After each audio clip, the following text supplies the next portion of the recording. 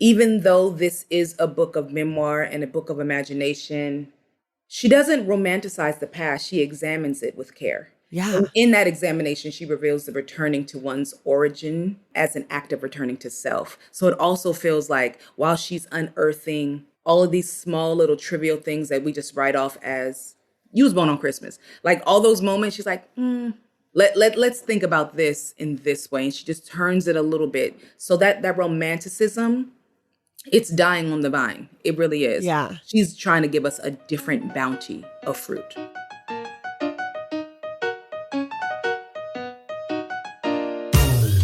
Welcome to The Stacks, a podcast about books and the people who read them. I'm your host, Tracy Thomas, and today is The Stacks Book Club Day. We are joined by Mahogany L. Browne to discuss our April book club pick in honor of National Poetry Month. The book is Room Swept Home by Remica Bingham-Risher. This is the 2025 Los Angeles Book Prize winning poetry collection that explores the themes of race, maternal lineage, faith, and mental health through the lens of Remica's own family history. Today, Mo and I talk all about these poems. We talk about what they mean. We talk about how and why Remica would want to tell this story in this way. We talk about the archive, the lineage of poetry. We get into it all. And be sure you stay tuned till the end of today's episode to find out what our May book club pick will be. Everything we talk about on each episode of The Stacks is linked in our show notes. If you want more bookish community, more hot takes and content from me, consider joining the Stacks Pack on Patreon and subscribing to my newsletter Unstacked on Substack.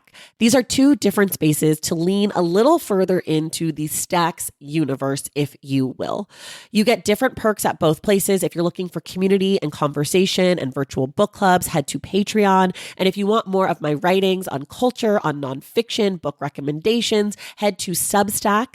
And know that in both places, you get bonus episodes each month, and you get to make it possible for me to make this podcast every single week. To join, head to patreon.com/thestacks for the Stacks Pack, and you can subscribe to my newsletter at tracythomas.substack.com. All right, now it is time for my conversation with Mahogany L. Browne about Room Swept Home by Remica Bingham-Risher.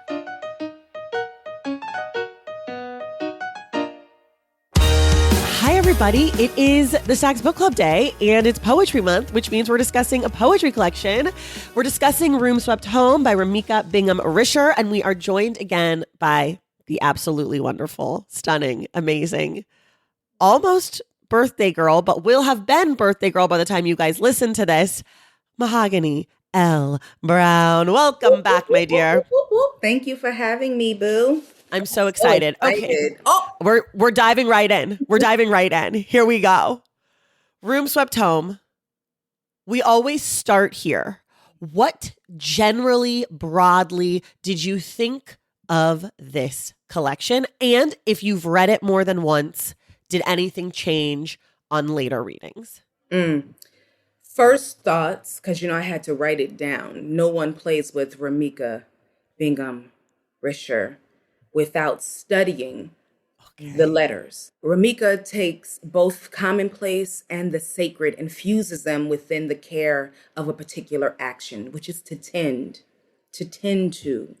Remica illustrates with her poetry the actions that tend to all we know through hands moving over a familiar surface, a table or another piece of furniture, by clearing the surface, arranging it, and remembering what was previously neglected as those things come forward and they're worthy of being passed from one generation to the next. So for the poet, home can be represented through fixed structures, living altars, and living history, and through the layers of history formed by genetic connection, movement around the earth, and the private negotiation of being a Black woman in this world.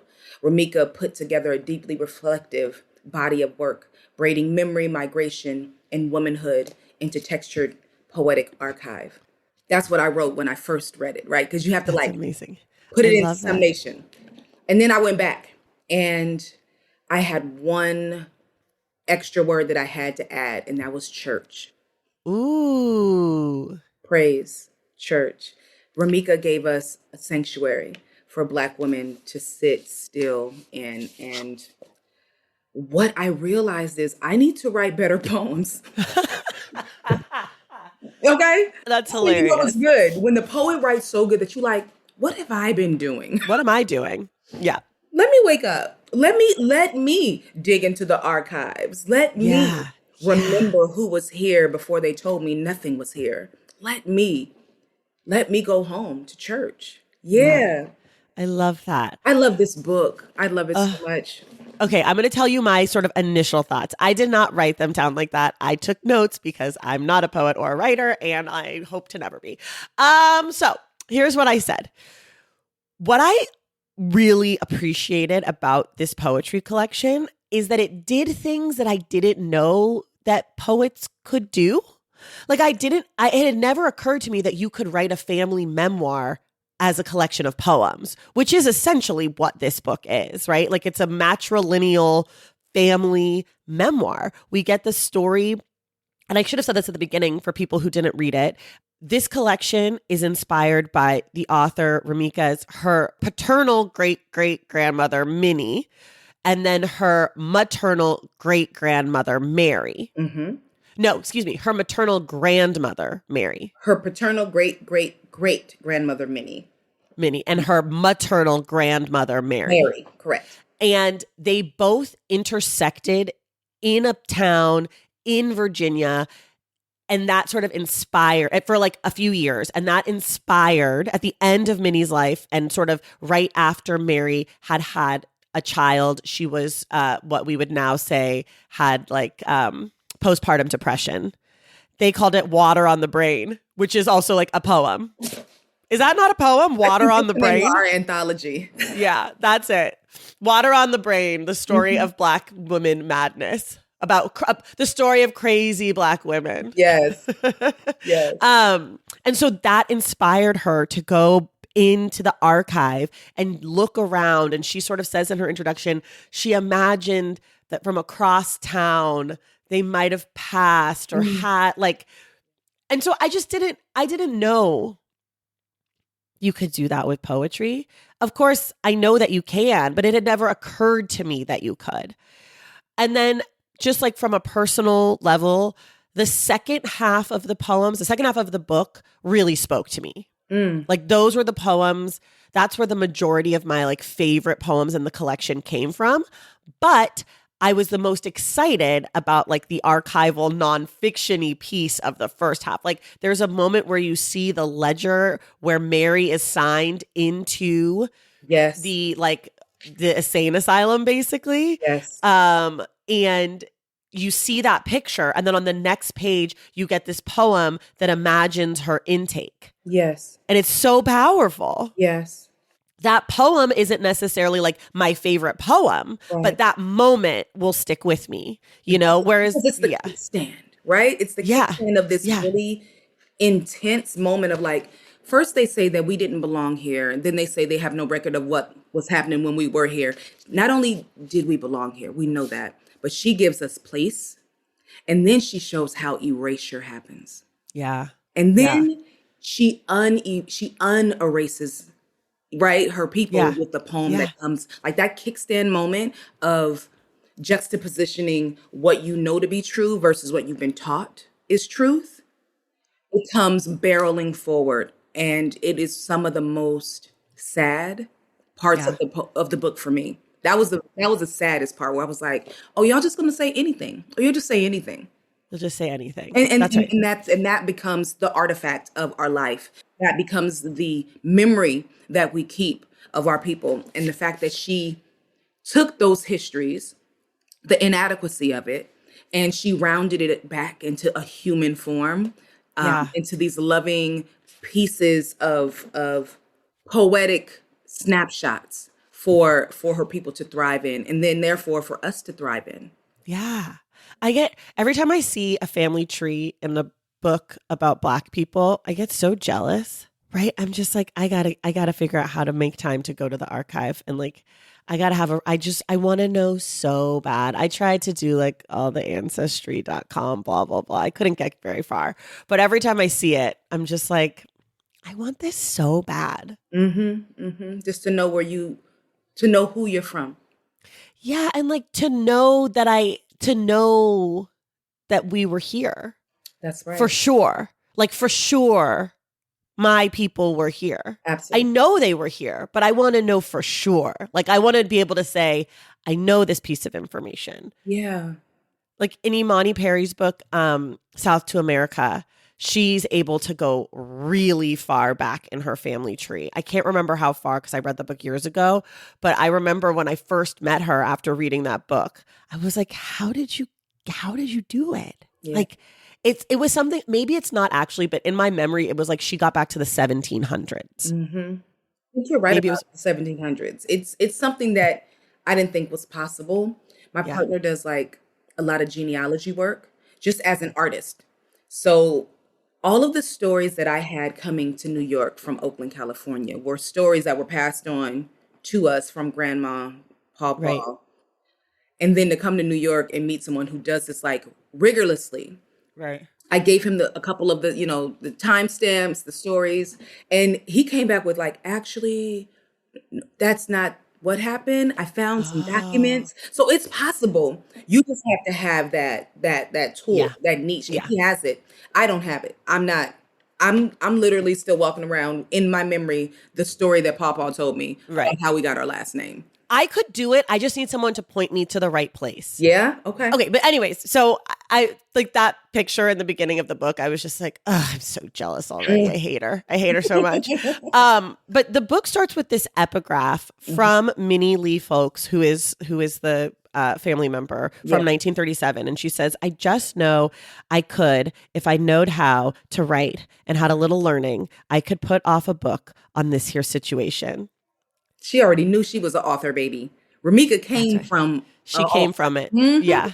But like when I Mm. mean I just want to do like a little fantasy moment. Okay. Imagine being Remica and finding that.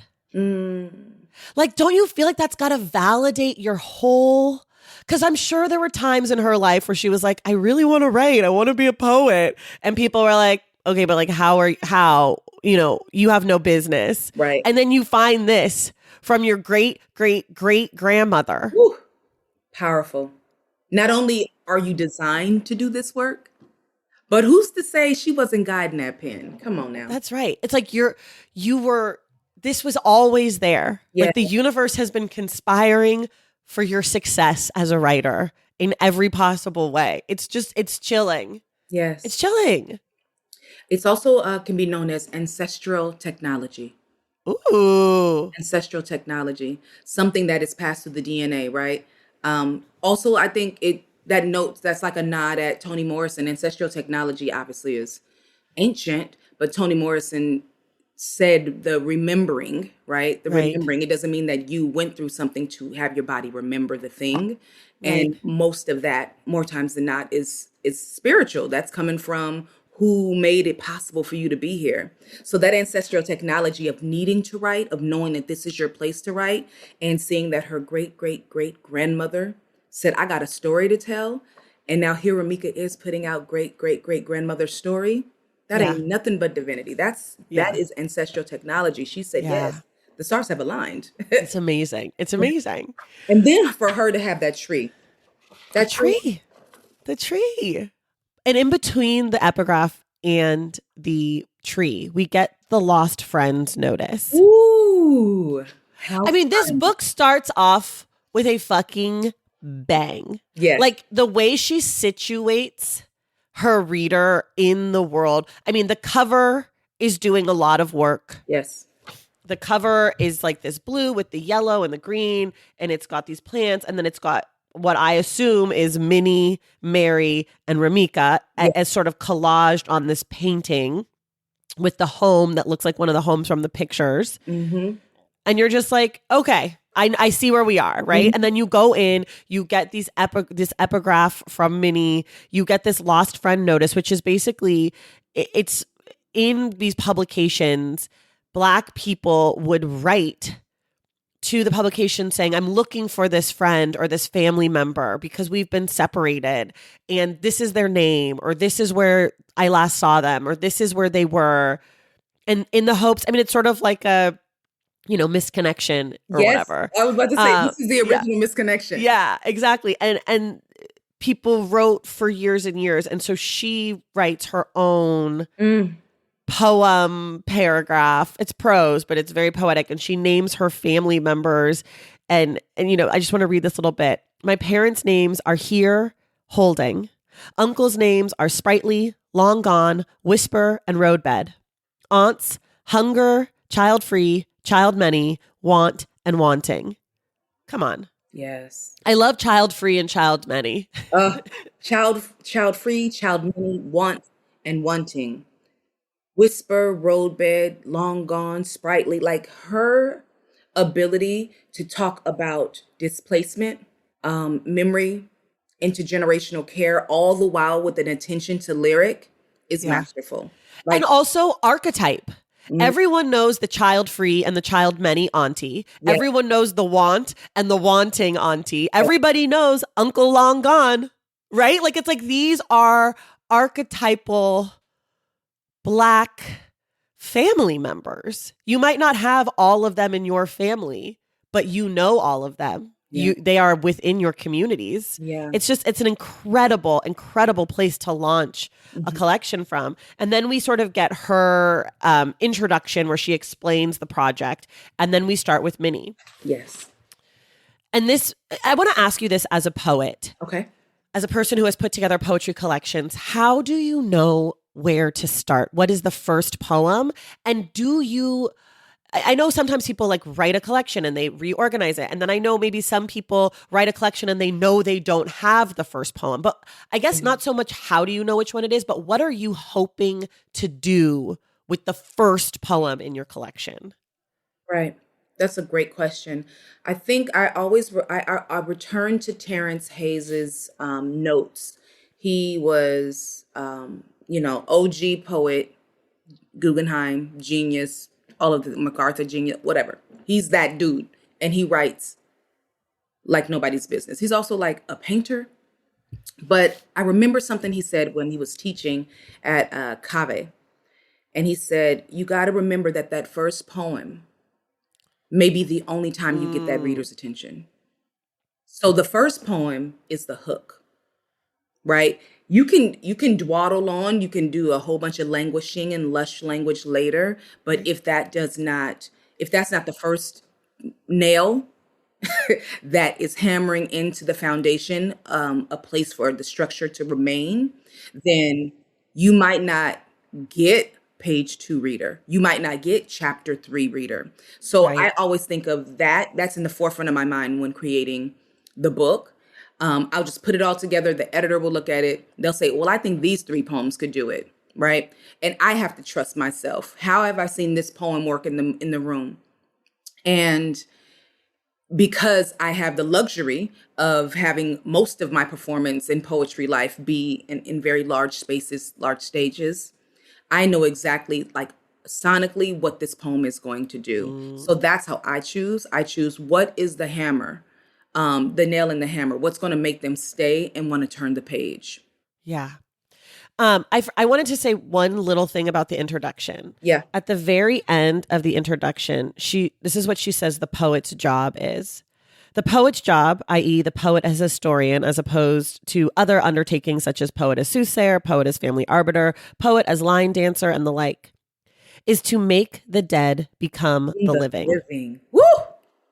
And she does that in this. I mean, she uses persona poems for the first, throughout the whole thing, but especially in those first 2 sections, because she is embodying Minnie and Mary. So, I mean, I don't know if that is considered a persona poem, if it's like the whole thing, but that's how I read it. No, it is. I mean, if you're writing from the voice of someone, that is the persona. Yeah. Absolutely. Yeah, so she does it like that. And then, like I said before, she makes the dead become living also in the ways that she makes this feel like memoir. Yeah. Like these little moments in memory that she sort of pieces together and imagines. I think it's quite remarkable because obviously she never met Minnie. I never met Minnie, but I feel like I know Minnie. Right. Like I have thoughts and feelings about Minnie. Maybe they are not totally accurate to who the woman was, but there is a woman in my imagination to whom I feel like I have learned something. So I do feel like she has made her become living.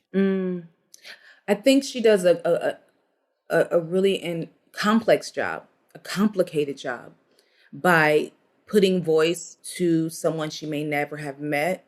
But I think also what we tend to forget is that we are living those great grandparents' dreams now. And so some more times than not, their voice is with us. Their voice carries with us. How many times over a dinner table with your family has someone say, "You remind me of your auntie," Yeah. right? And you may have never met her, and you're just like, "Huh." I think that she leans on that in a really like inspiring way, where breath is meeting memory, but memory is not sitting silently. Memory is Yeah. not waiting to be found. Memory is willing to dance with her. Mm. And she does a really good job of starting that with Minnie's voice first. That epigraph, that's Minnie. We know she got something to say. And then she comes in with the lost friends, which is like, that's a hammer because Yeah. wait, poems can be an ad. Yeah. Poems can be a footnote.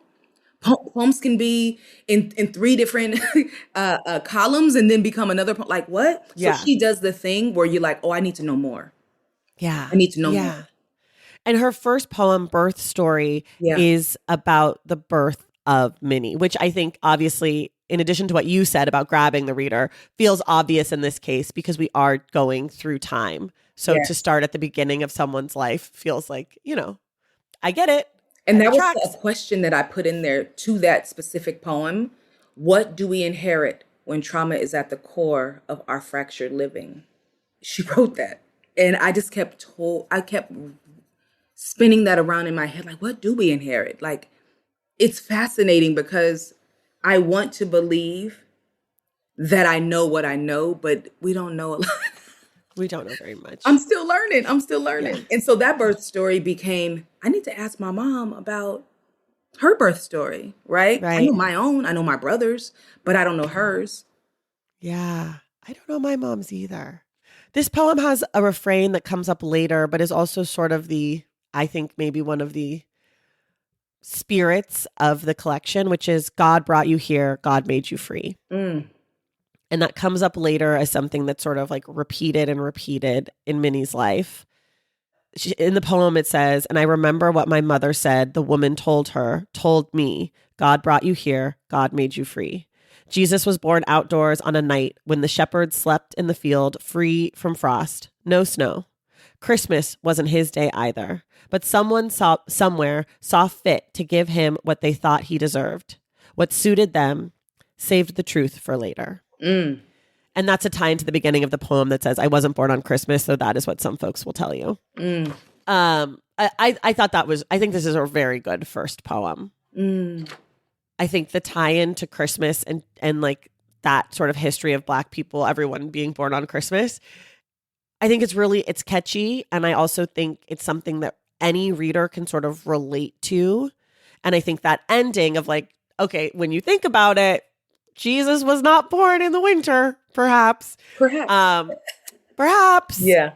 Though I don't know, because if Jesus is born in the Middle East, it might be warm there in the winter. Like you might be okay. You might catch a nice day. But I just love the idea of like, she sets it up like that and then she ends it. She has a lot of sort of voltas in her poems where she twists the ending and you're sort of like, okay. And that's a personal favorite for me. Yes. She doesn't land where you think she's going to. Yes. She's journeyed somewhere for many of them. I do appreciate the birth story also not romanticizing the past. Yeah. I love that even though this is a book of memoir and a book of imagination, reimagining, she doesn't romanticize the past. She examines it with care and compassion. Yeah. And in that examination, she reveals the returning to one's origin as an act of returning to self. So it also feels like while she's unearthing all of these small little trivial things that we just write off as, you was born on Christmas. Like all those moments, she's like, let's think about this in this way. And she just turns it a little bit. So that romanticism, it's dying on the vine. It really is. Yeah. She's trying to give us a different bounty of fruit. You're so right. I would never have thought to articulate it like that, but this doesn't feel like it's romanticizing the past. What a good observation. Gold star for you. Thank you. Okay, can I ask you another question about a poem? Yeah. On page 5, Yep. on the plantation, it's the next one we get, or as some say, down home. Do you see the shape of this poem? Yes. Like how it looks on the page? Yeah. What do you make of the shape of a poem, the shape of a thing? Like what does that signal to you? So usually I think of it as movement, like the fluidity of the page. It becomes a score. And what she does differently here than most is that she breaks that first tercet. The first 3 lines is broken and it's only the 2 lines. And then the And one. then the one by itself, children were everywhere, which deserves to be on its own line, right? Because now you need to see the vastness of all the families, the blood, the straw, the leaves, the iron, because children are a part of that as Right. well. Right. But when I look at it, it felt like a tilling, like tilling of land.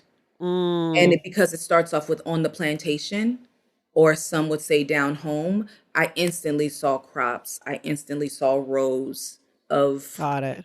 harvest. Does it change the way in which you read the poem? Is there something that you do differently with those? What did you call it? A tercet? Mm-hmm.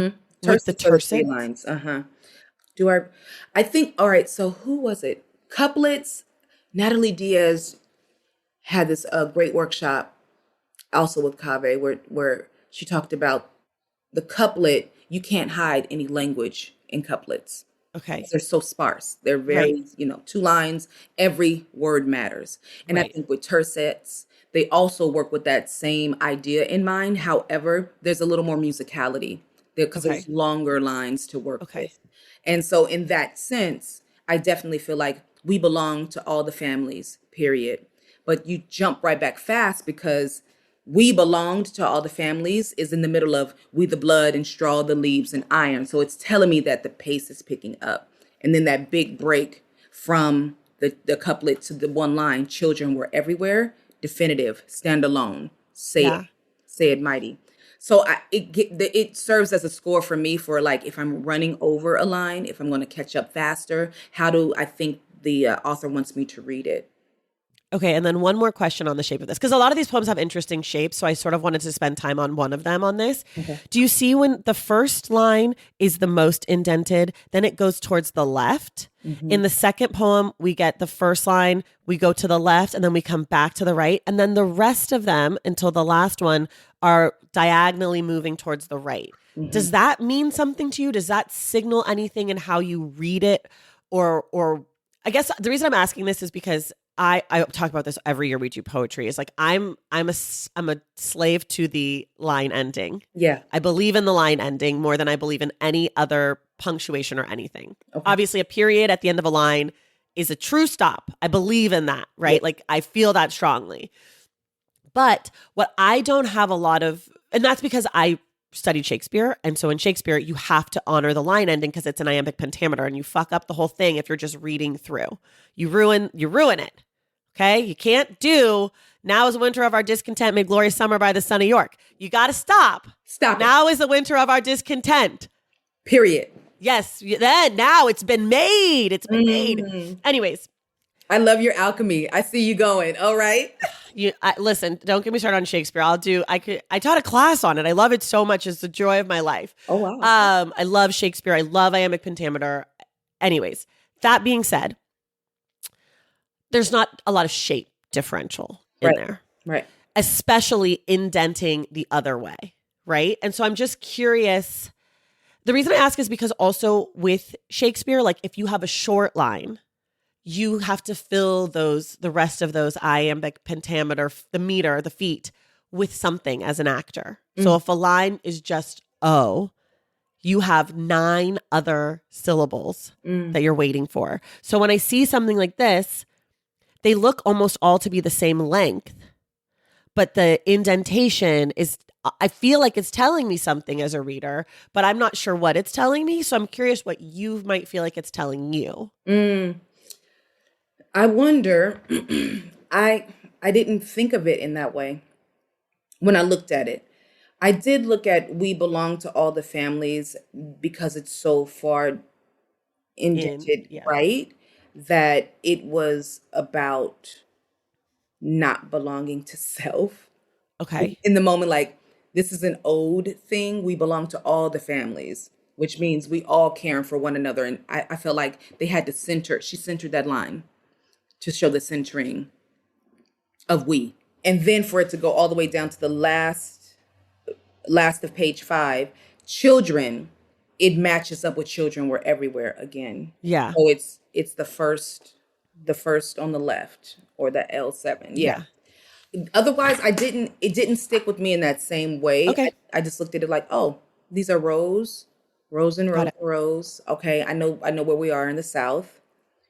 We belonged all the way over there. That means domain, Yeah. public domain, Yeah. common domain.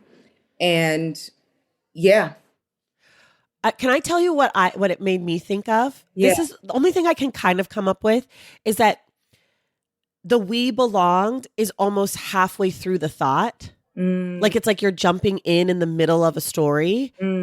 They've been talking about this thing and it's like, oh yeah, and we belong to all the family, like, and then it's sort of like these memories are sort of like little almost fragments or like fractal pieces of the story, which is why they either get shorter or they sort of move to the right.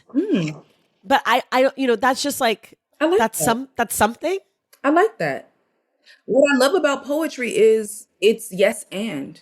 Yeah, totally. I mean, it's Totally. yes and. I love that. Okay, wait, let's take a quick break and then we're going to come back and do more.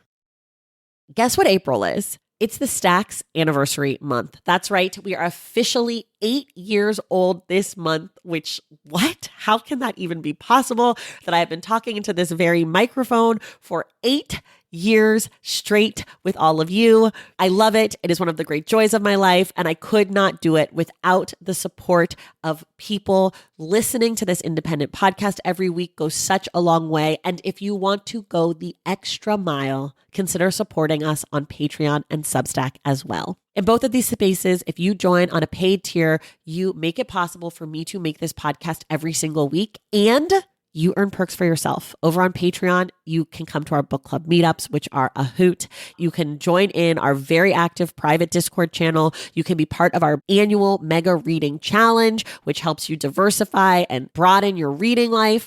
Plus, you get an exclusive bonus episode every month. Over on Substack, you get that same bonus episode. Plus, you get all of my hot takes when you read my newsletter Unstacked. Making this podcast takes an entire village. I do mean that. As an independent creator, I could not make this show without the support of my Patreon and my Substack subscribers. You all allow me and my team to do the work that we love. Thank you, thank you, thank you. If you or your friends are looking to meet other book lovers and support an independent podcast, come hang out with me on Patreon at patreon.com/thestacks and subscribe to my newsletter at tracythomas.substack.com. Hey, everybody, you know the deal. I am in my comfort era, and there's no better way for me to realize all of my comfy dreams than with the amazing products from Cozy Earth. From stepping out of my bed in the morning to winding down after a long day, Cozy Earth is helping me achieve the most important goal of my life: relaxation. Getting out of my shower every morning is made exponentially better when I can complete my get ready routine, wrap myself up in my Cozy Earth bathrobe. It's warm, it's plush, it's made with high quality materials. And at the end of the day, when I have one of those days where I can take a bath, putting it on afterwards, So if you want to try that for yourself, if you want to be living in the lap of comfortable luxury, you can do it risk-free. Cozy Earth, they offer a 100-night sleep trial that gives you 100 nights to try their bedding before deciding to keep or return it. And your purchase is backed with a 10-year warranty that protects against damage for an entire 10 years. That's a decade. Head to CozyEarth.com and use my code THESTACKS for an exclusive 20% off your purchase. And if you see a post-purchase survey, be sure to mention that you heard about Cozy Earth on The Stacks. So listen, whether you're looking for a gift for yourself, maybe for your mom, Mother's Day is on the horizon, maybe just someone you love needs something extra special, I'm telling you, Cozy Earth, they are giving you the products that offer the comfort and care you deserve. Okay, we are back. Can we Is there anything in this next little section that you really wanted to discuss? Otherwise, I'm going to have us jump ahead a bit. I was thinking of page 16, strip tobacco like greens. I have notes on this poem. Amazing. Yeah. Go ahead. Okay. Again, we are softened by our tercet collection, Yes. those three lines. And these are very short ones. These are very short ones. I love that we start with ain't much difference, right? So we're already in the kitchen. That's right. And we're also in the middle of a thought for sure. In the middle These of all a thought. start with lowercase letters, which to Mhm. me signals like we're in it. Because the poem, the first line of the poem is also the first line. Yes. It's also the title. So strip tobacco like greens, ain't much difference. Soak them in water to ease the leaves and pull the largest ones to wrap the bundle. These called the hands, we the stimmers, all women on the line, rose filled with traveling songs. I sang as a child at the feet of my mother. She bound the leaves packed in hogshead. Some found bodies in the large drums put there for punishment or fun. What? One, I didn't even know about tobacco. Let's start there. I know about greens, but I know about tobacco. So Right. And this is her, Virginia. And so Virginia was a big tobacco huge tobacco plantation economy. Yeah. state, yes. But for her to start there and just in the playing field, what you know versus what you don't know, and how all of it is connected, all of it Yeah. is relative, I thought was really stunning. And then to have the children be playing around tobacco. Yeah. Like Yeah. joy will find us wherever children Wherever we are. Yeah. Yeah. But she always does this thing where she does the POV of out, in, out, in, which feels like a pulse, right? Yeah. Right when it gets to be a little overwhelming, because if you really think about somebody stripping tobacco like greens, and then you think of a child sitting right there watching that, you then have to go back into your head like, well, how long the baby been watching? Was the baby outside with them while they were picking? And then you historically, right? There's no more innocence. Right. So Right. by the fourth line, during the war, the factory was a hospital. Already I'm like, that baby didn't even get to be a baby. Singing at the feet of mother. Already had to consider. Really bitter, sweet poem. Yeah. What I actually have is in the last three stanzas, because I read every poem out loud. It's the only way I'm I so can do proud it. of you. I have gotta come to. to this poetry show you be doing. It's very private, but it's loud. Like I always say, I don't read it sotto voce. Like I'm not whispering. I'm Okay. fully saying the poems out loud. Okay. So I got to wait till everyone's out of the house, But what I was really struck by is the last three stanzas, the rhythm of these three. They start with our mothers, upended, invented, inventors, our fathers, a secret, or kept under the tally, thread woven through throat, groin, and spine, bitter stem, bitter greens, yellow leaves, little soothes, the busy hand, the flying mind. It's like the consonants and vowels and the way she that first one, the upended, invented, inventor, na na na na na, and then the next one has these really what do you call it? Diphthong vowels, but also the when the consonants are together, two of them. There's a word for it. My kids always say it. I can't. Anyways, it's like die something or whatever, but it's like the thread, throat, groin. You have these spine. They're all two consonants to start the word. Through, and that's work for the tongue, right? To do throat, you have all this throat, it's really you're working. And then the last one with the bitter stem, bitter greens, it's very dot dot dot dot dot dot, and she puts them all back to back so quick. Yes. As I was reading it, I was legitimately that that that that that that that that that that ba-da-da-da, ba-da-da-da. I was like, this is awesome. Music. I wasn't really paying attention to the words at all, but I was vibing it. I was vibing it. All right. Because I feel like when you're speaking out loud, you have to contend with what your mouth is actually doing. Right. Whereas when you're something that you would just read and not pay attention to. Yes. But when you put two consonants together or three consonants together, that's usually a lot of work. It's why a word I'm trying to think of like a good word, but there's certain words that are just like difficult to say because there's so many consonants backed up and it makes it staccato and it like does things. So I don't know. I really enjoyed that. I love your articulation of sound. Really special. But Thank you. also, you're absolutely right. I felt like she became my favorite battle rapper in those Yes. past 3 Yes. It's such a shift. And it's still spot on. It's Yeah. still on point.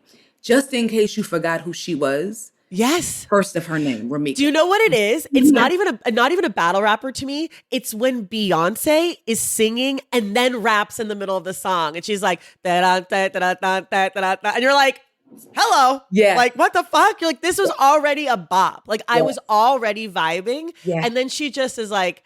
And I'm like, yes, Beyonce, get it. I'm doing flawless in case you can't tell. I can tell. Thank you. But I'm just like, yes, of course. Yeah. It's so good because it's such like, it's just like a little flex. Like it's just like a little like, ooh. It's just to remind you, she contains Yeah. multitudes. Yeah. Okay. It was really good. I also think it's great. I always love whenever we do these episodes and the guest calls out a poem that I'm like, oh, I have notes on this one. Like this one also hit me. Because I feel like with the poem, any one poem can mean anything to any one person. But I feel like when multiple people think about a poem, you're like, oh, okay, there's something here, either between you and I or between the poem and the world or whatever, you know? I love that so much. On page 20, we get the questions that still need answering. Yo. Which are questions from the WPA. And I'm going to do like a little history lesson really quickly. So for people who are not familiar, from 1936 to 1938, the federal government did something called the Works Progress Administration. And a lot of white people went into, I think it was like 15 southern states and interviewed Black people who were alive during slavery, who had lived through slavery. Sometimes they also spoke to people who were the direct descendants. But these were often people who were children because we're talking about 1936 to 1938. So it's many years after the end of slavery. And they interviewed them and they got the stories. And so much of the history that we understand about what happened during the centuries of enslavement in this country came from these interviews. And they are flawed. And they are because a lot of it is because they sent white people in. And these are into communities that were not comfortable with white people, that did not necessarily have like great relationships with white people for, you know, obvious reasons, I think it's fair to say. And also because people were saying what they thought they were supposed to say. There was all sorts of reasons why these interviews are maybe not totally reliable. However, there is so much amazing stuff. There are photographs in these archives. And you know, there are historians who have since done other work. There are other records, whatever. But this project was a huge deal and I think like shapes the rest of American history in a way that without it, it's like, it makes me terrified to think of how little we would have if this had not happened. I wish it had happened sooner, you know, all of these things. But that is what the Works Progress Administration is. Yes. And so this poem on page 20 is questions that still need answering. And, you know, in the notes in this collection, she says these are questions from the Works Progress Administration interview. I can't remember which. I think it was obviously in Virginia. Right. Questionnaire for the ex-slaves. Yeah, questionnaire for the ex-slaves. What took me out was the amount of questions. What about question 94? Was it pretty? What is it? What's the just what like I mean, I love it. I love it as a question because like obviously you're going to ask name, age, where are you from, what are your parents' names, whatever. But if you really want to get a sense of what this time was like, you do sort of have to ask, was it pretty? Right. Like it's a crazy question. What was the easiest and the hardest work Yeah. for slaves? Yeah. What? What about 242? Did you see the stars fall? How about we're at 242? Right. Just Right. so But also, like, who wrote that question? Yo, It's like, okay, what was the house like? What crops did you tend? What do you remember from this time? Oh, by the way, did you see the stars fall? Also, did slaves ever own watches, rings, or false teeth? Like, it's just like from 242 to 258. I'm like, how? It's incredible. yes. It's so far gone from, it's so out of touch. It's so far gone. Yeah. It's so Yeah. out of touch. Yeah. Did slaves ever practice contraception? Describe the way slaves danced. Did slaves assemble at times just to sing? Did you see the stars fall? Knock it off. These questions are One of my favorite questions is, did you ever hear of Nat Turner or Gabriel Vesey? And then it says, writers seem to have confused Gabriel Prosser and Denmark Vesey. Isn't that funny? It's hilarious. But I also love that question because I feel like, the story of these slave rebellions was that if this happens, everyone will revolt. And so thinking about how preoccupied, like, this idea, like, did people actually even know about this? Like, did it actually catch fire in the way that everyone was feared that it would? Because the men who led these rebellions were brutally, publicly desecrated, decimated, murdered, lynched in a way to sort of prevent It ever happened people again. from doing it again, to dissuade people from doing it. And I do sort of love this idea that the question was like, in the end, like, did you even know about that? Right. Like, it wasn't like Twitter where we all are, like, threads where we all would know immediately. It's like, did this actually make it to Virginia? Did this news make it here? Did it matter? Or how much do you know so we know whether to keep our eye on you? That's what it really feels like. It feels like it's in the interesting. middle of how much information do you have? Because it's asking all of that after, were patrollers slave owners or poor whites? That's well after. Do you know about the Klan? Right. Was your former master in the Was Klan? your former master a Klan? And of course it's not answered. Like the things that remained unanswered or still need answering also were poetic, right? Yeah. So to have these questions was one thing, but the poetry that is happening just in the absolute ridiculousness of the question. It's half inquiry. It feels like half inquiry, half threat. Yeah. Yeah. It doesn't feel like, and that's why it's left unanswered. And that's also why these questionnaires, as valuable as they are, were also skewed.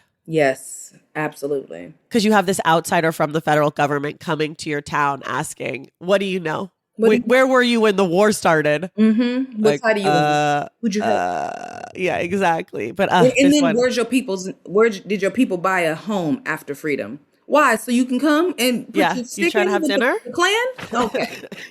But yes, as a nonfiction lover and a person who, cares deeply about how we collect history, that was a really special. Oh, so good. But that one is like sort of the bridge between like the archival images and things and then the poems. Yeah. Like that feels like almost a hybrid moment in the book. I like that. I think you're right.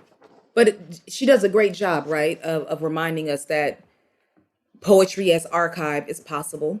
There are ways to demonstrate mastery and restraint and musicality. She showed us musicality with the Beyonce da da da da that, right? Yeah. That, but also now she's showing us the mastery of restraint. She didn't answer the questions. Right. She didn't share anyone's answers. She easily could have. Easily. Instead, she let the lines be precise and spare, and the pulse and the undercurrent of that rhythm was as much of inheritance as it was pure craftsmanship. Yeah. I want to jump ahead a little bit to in each section, towards the end, we get to Remica's section. Yes. But in each section, there are lynching poems about historical events that involve the murder of Black people. Mm-hmm. In Minnie's section, it's about It's on page 42. In Mary's section, there's a few actually, but Minnie ends at 36. So 42 is Marietta. but it's during Minnie's lifetime. Excuse me. It's during Minnie's lifetime. And 29 is the riot. So I think that's Oh, yes. Oh, that's what I'm thinking of. Yes. Okay. So Minnie has the riots in 1919, right? And then in Mary, we get Mary has a few. Mary has the 1922, and it's this long poem title that comes from an excerpt from a newspaper, but it's victims killed in 1922 were burned at the stake in the form of a torture that most people today associate with the so-called Dark Ages. It goes on and on. And then we get the remains of the stained glass window poem on page 67. That's about the little girls in the church in Alabama. Yeah. And then when we get to Remica, it's on page 84. Her poem is 25 days after I am born. A man is killed in Mobile, Alabama. And this is like there. I read a whole book on this. It's actually called The Last Lynching by Lawrence Leamer. And it's all about this man who was killed. And then his mother sued the KKK and she won. And won. She won. Mm-hmm. They call it The Last Lynching. We know better. Yeah. But I was struck by this. I mean, obviously I know this thread of lynching Black people sort of cuts through our history, like duh. But I was struck by how she kind of dropped these poems in to situate some of the more like internal familial with the broader historical context. I loved that. Yeah, she never overpowered us with the poems like why it's here now, more so than embedding it into the integrity of this quilt. Right. Which is to say, it's always been happening. I love that she didn't shy away from it. She was very deliberate with her gesture, but she wasn't in a sense that she's like delicate and acting like this happens. It's so infrequently, but let me say, she's very like, this is an everyday occurrence. And look how joy still lives. This is and because like we all deal with it. Yes. And like all of this other stuff, the personal is just like how it is for us, is in relationship to the broader experience. Like that her people were connected to the events in the same way that like if your children were to write, or your grandchildren, your great-grandchildren were to write about you, they could write about you. Yes. But you are so informed now by the events of the world. And to sort of not include that, I don't think I would have noticed if it wasn't included, but I think including it added a layer. Because like in the poem about 25 days after I am born, she writes about how her own mother, those weeks after spiriting me into the world, my mother watches the news, looks over at my father too frequently, calls his name each time he heads to another room, delirious in her exhaustion and fear. Where was he? Would he disappear? It's like our parents and our grandparents and our great-great-grandparents were living, doing normal things, having babies in the midst of this in the same ways that we are. And I just love that she brought that into the collection. She does a beautiful job of studying the tenet of witnessing. Yes.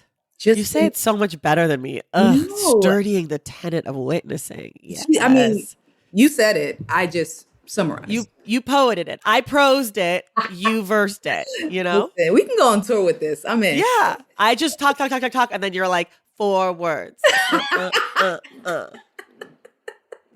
I'm in. Absolutely. But get me an editor. A good job of that where we're not scattered in a way that feels like, oh, you took my head away from this memoir episodic journey. Right. We're like, no, this is a part of the framework. Right. And she didn't do everything. She didn't do Martin Luther King or Malcolm. Like she didn't do every, she just was like, she didn't do all Red Summer. She just said like 1919, by the way, just. That's right. Because it happened. Remember. That's right. You remember. Yeah. Okay. We have to spend some time on the Lose Your Mother suite. Okay, let's go. Because that's the third, that this is sort of the Remica section begins here, right? Yep. Okay, Yeah. I'm here. And it's, and 91. And this is this the is when beginning of our contrapuntals yes, for this your is the love. first contrapuntal. Okay, let me just ask you. Okay, for people who don't know, the contrapuntals, those are the poems that have the really thick spine right through the middle. And there's like looks like two poems on either side. If you've been reading with the stacks for poetry every year, we saw a lot of these in Safia Ahilo's collection, The January Children. But we've got two of them in this book. The first one is right here. It's number one. Unlike my grandparents, I thought the past was a country to which I could return. Mm-hmm. How do you, Mo, Yeah. read a contrapuntal? Puntal. So reading a contrapuntal, it is positioned as two columns on a page. You read the left column first, top to bottom. You read the right column second, top to bottom. And then in the third read, you read from the first line, first column, left, all the way through the right, left to right. So that becomes your third poem. First line, first column is a poem, second column is a poem. And when you read them together, starting on your left, all the way through the line, that is the third poem. Got it.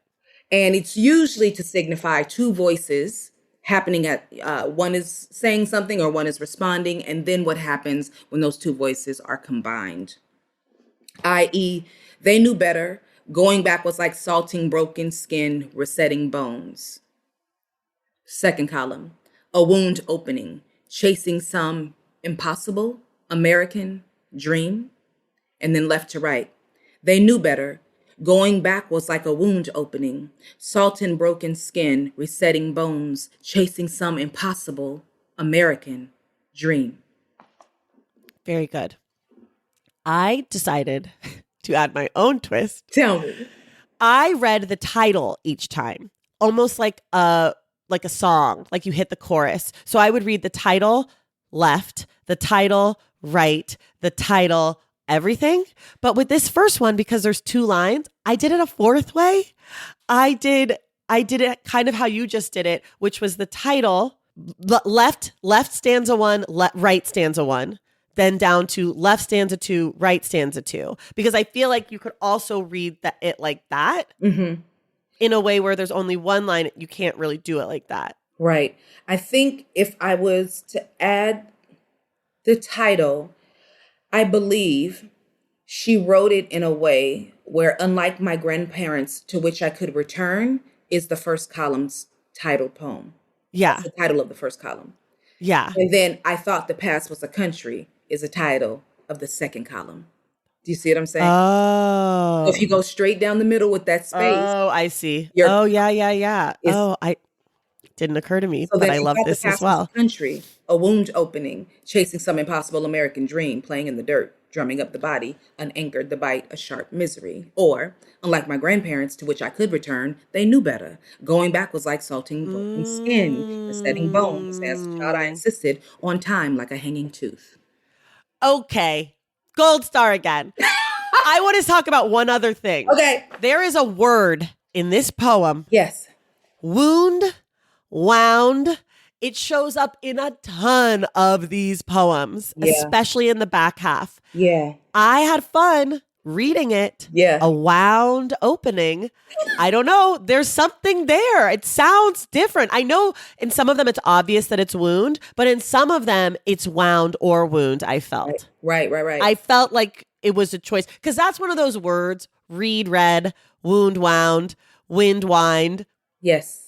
I feel like you poets love that shit. We do. Because that gives you guys, it gives you double meaning without any extra work. Yeah. I had to do nothing but find that word right now. Yes. All I had to do was find a word that worked. And wound and wound are the sound. Again, it's the sound wound. You get those double consonants. There it is. I love consonants. You to dig a little bit deeper. Yeah. And you can't say wound or wound fast. You can't rush it. Yeah. Not possible. You got to sit in the pocket with it.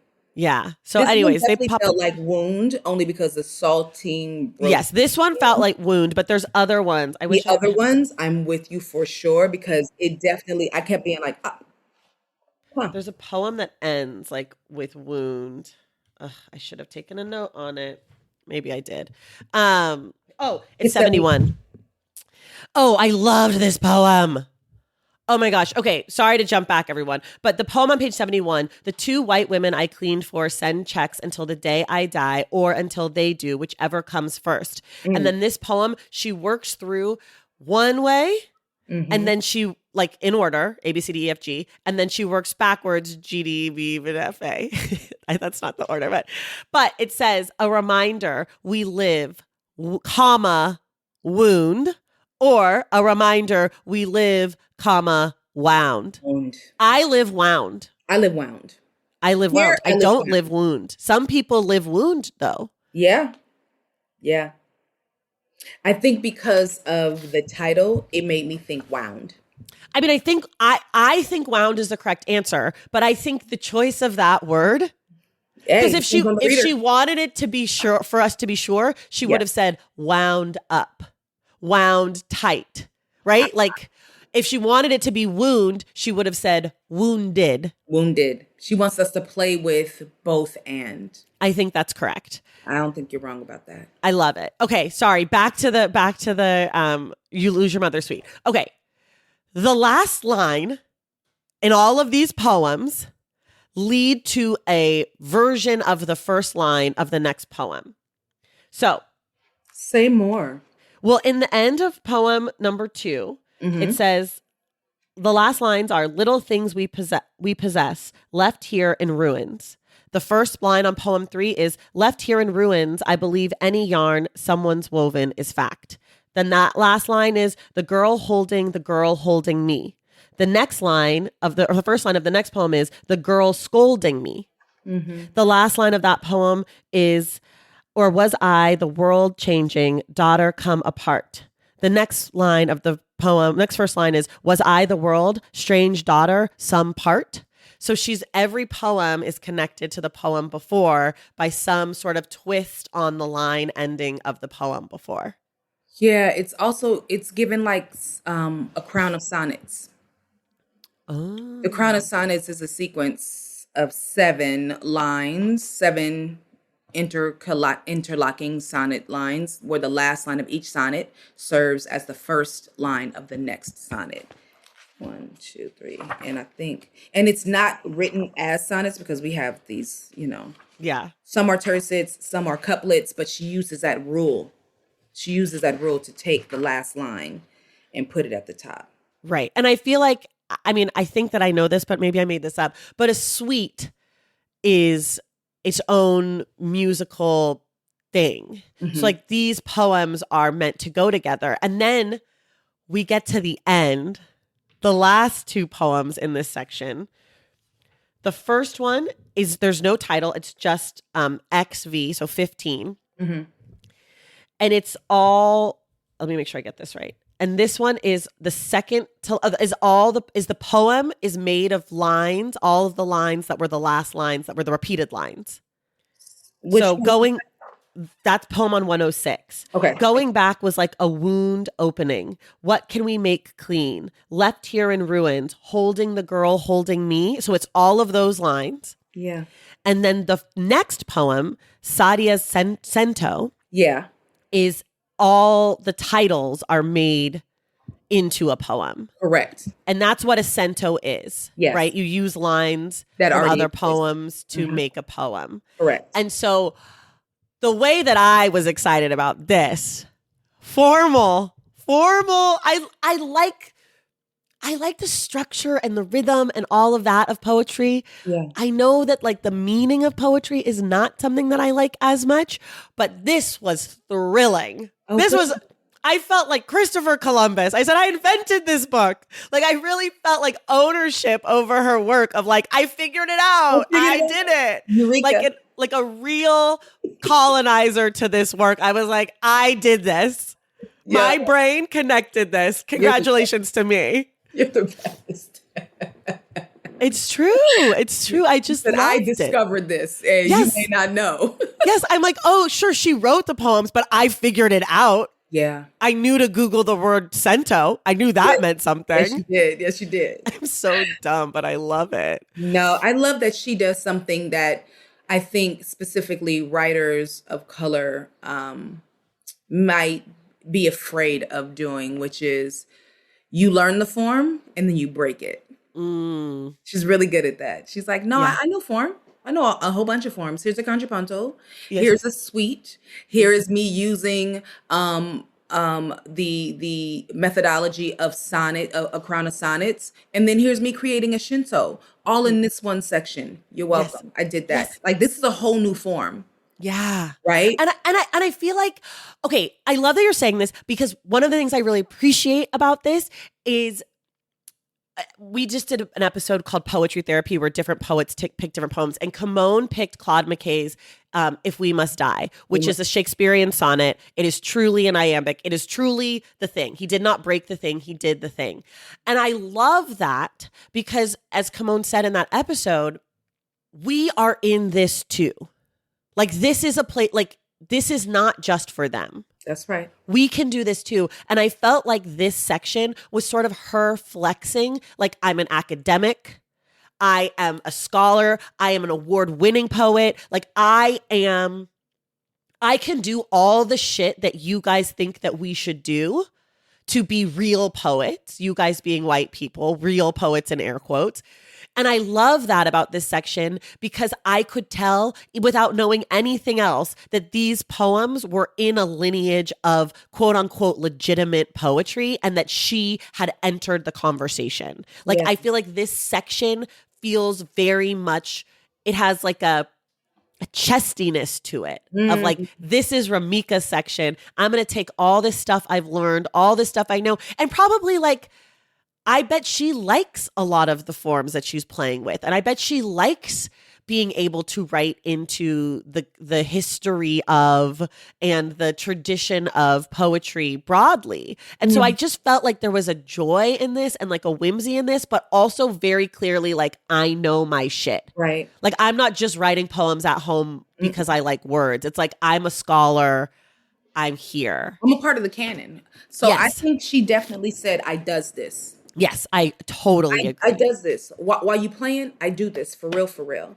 And when I talked to Remica, I asked her, like, what do you think this book, when you wrote this book, like, where did you want it to sit beside? What are the titles? I always think about who were you in conversation with when you were writing it? And she sent me an email. She said, this book specifically is in conversation with The Age of Phyllis by Honoré Fanon Jeffers, Load in 9 Times by Frank X. Walker. I think he was a poet laureate of Kentucky. Okay. And Lose Your Mother, A Journey Along the Atlantic Route by Saidiya Hartman. So she's doing what you're feeling is what she did on purpose. Yeah. Not only am I creating shintos from the canon that exists, that you're studying outside of this book, but also I does this. Don't play with me. Yeah. I studied your form and I raise you. Yeah. Yeah. It's great. Sweet. It's great. And you can feel like, I could feel that without, this section feels so different from the rest of the collection. And I will say that almost all of my favorite poems do come up in this section because there was a joy of reading this section out loud. I don't know that if each of these poems lived separately, they would have all been that, but like reading these poems together was a joy. I mean, there are other poems in the collection I really loved, but this section for me was just like, yeah, give it to me. Like, it was a workout. Yeah. Yes, for sure. Before we go, because we are at time, obviously. It was fun. It's fun. This is a good one. I'm glad we did this. I love hearing you read poems, and I love hearing you wax poetic about sound. You should absolutely do a workshop. I love sound. Sound is my king. You're going to tell me the word that the babies were saying when all the consonants are so close together, right? I got to find it. Diagraph. Yes, a diagraph. The one thing I want to talk about before we get out of here is the final poem, is our title poem. Yes. Room Swept Home. Will you do us the poem? It's the last. It's the last one. Will you do us the honor of reading it? Oh, yes, my honor. Room swept home. Mama say, Jah holy, house holy, both clean. Keep things in their places. Is disorder ever clean? Preserve the skin alive by soaking, bathe, and lather high and low. Clean. This water in the Chesapeake, the bay, body full and green. All tide swept by heavy roll. Clean. The needle's eye and day's work both seamless. Hem and stitching, knife edge sharp, sewn clean. Gristle bones sucked and crushed, teeth, mincing meat to red marrow, clean. Sweep porch steps, no steps, dirt path, pristine. Any small patch of earth were given. God struck, bare, but so clean. Come on, hustle. What do you make of this poem? Why do you think this is our title poem? What do you think this poem tells us about everything we've just read?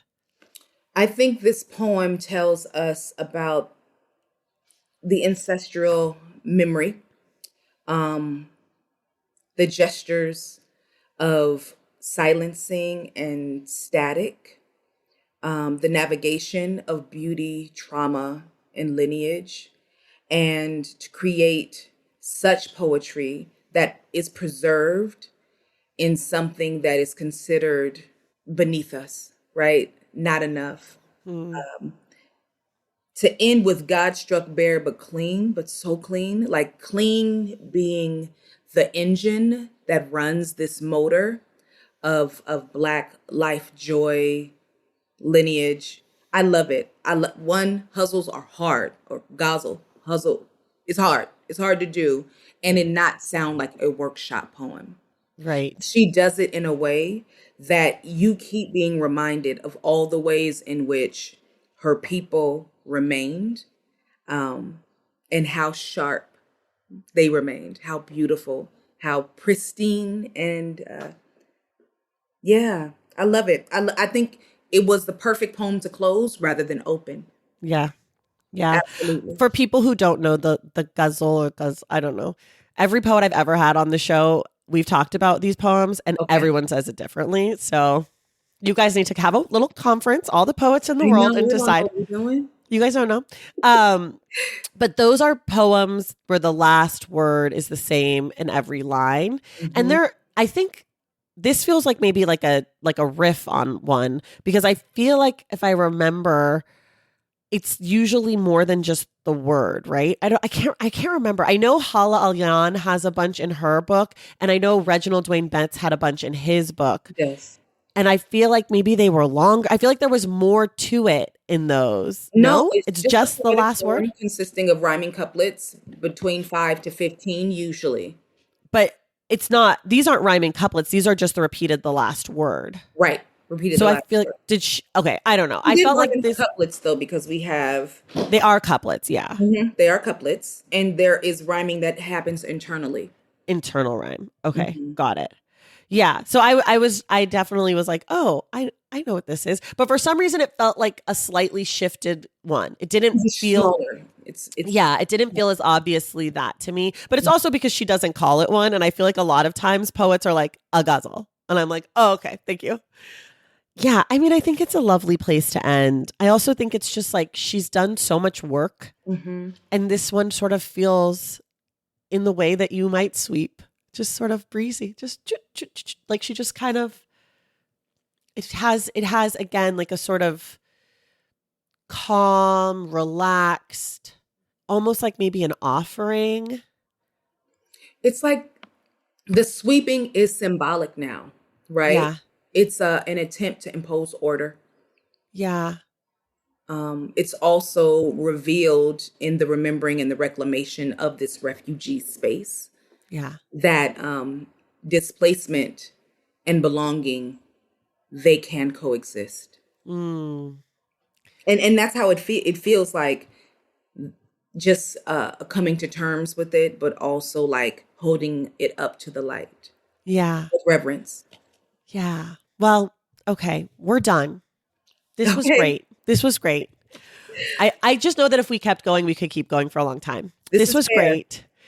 This is fair. We're Remica. not gonna boosh boosh, but it's very hard to have a bite-sized moment with such a bountiful book. Like, Yeah. I mean, I'm looking, as I said, like, oh, all my favorite poems came from that section. And then I looked at the list I wrote, and literally the poems are all over.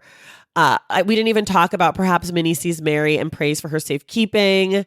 The one about the unruly tufts of hair. I love that one. There's so many good poems in here. And for those of you who read this book with us, thank you. For those of you who are listening who maybe haven't read or haven't finished, may I just offer to you, if you can get the audiobook, Remica reads it.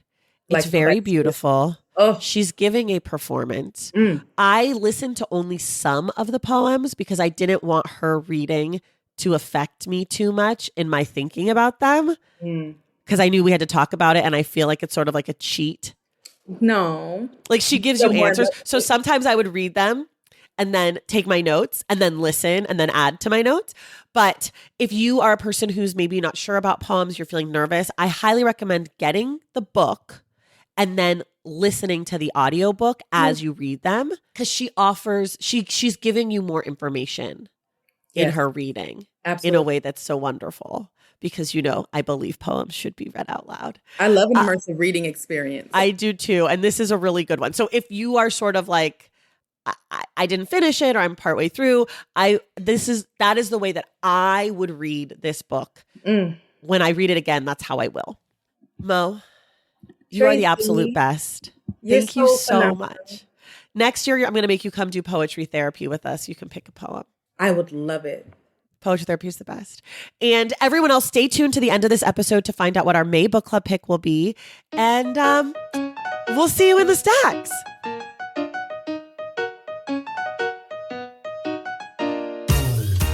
All right, y'all, that does it for us today. Thank you so much for listening. And thank you again to Mahogany L. Browne for being a spectacular guest on this show. Our book club pick for May is Lonely Crowds by Stephanie Wambugu. This book you may remember because it was on our Best Books of 2025 list as picked by New York Times editor M.J. Franklin. The book has been compared to Luster. It is a debut novel about a volatile friendship between two outsiders. They escape their childhoods and enter into the 90s art world in New York City. It's a friendship novel. It's a messy 20-somethings novel, and it is a good novel. So we will be reading that book on Wednesday, May 27th, and you can tune in next week to find out who our guest will be. If you love The Stacks and you want inside access to it, head to patreon.com/The Stacks to join the Stacks Pack and check out my newsletter at tracythomas.substack.com. Make sure you're subscribed to The Stacks wherever you listen to your podcasts. And if you're listening through Apple Podcasts or Spotify, please leave us a rating and a review. For more from The Stacks, follow us on social media at The Stacks Pod on Instagram, Threads, and now YouTube. And you can check out our website at thestackspodcast.com. This episode of The Stacks was edited by Christian Duenas with production assistance from Sahara Clement. Additional support provided by Sheree Marquez, and our theme music is from Tigirigis. The Stacks is created and produced by me, Tracy Thomas.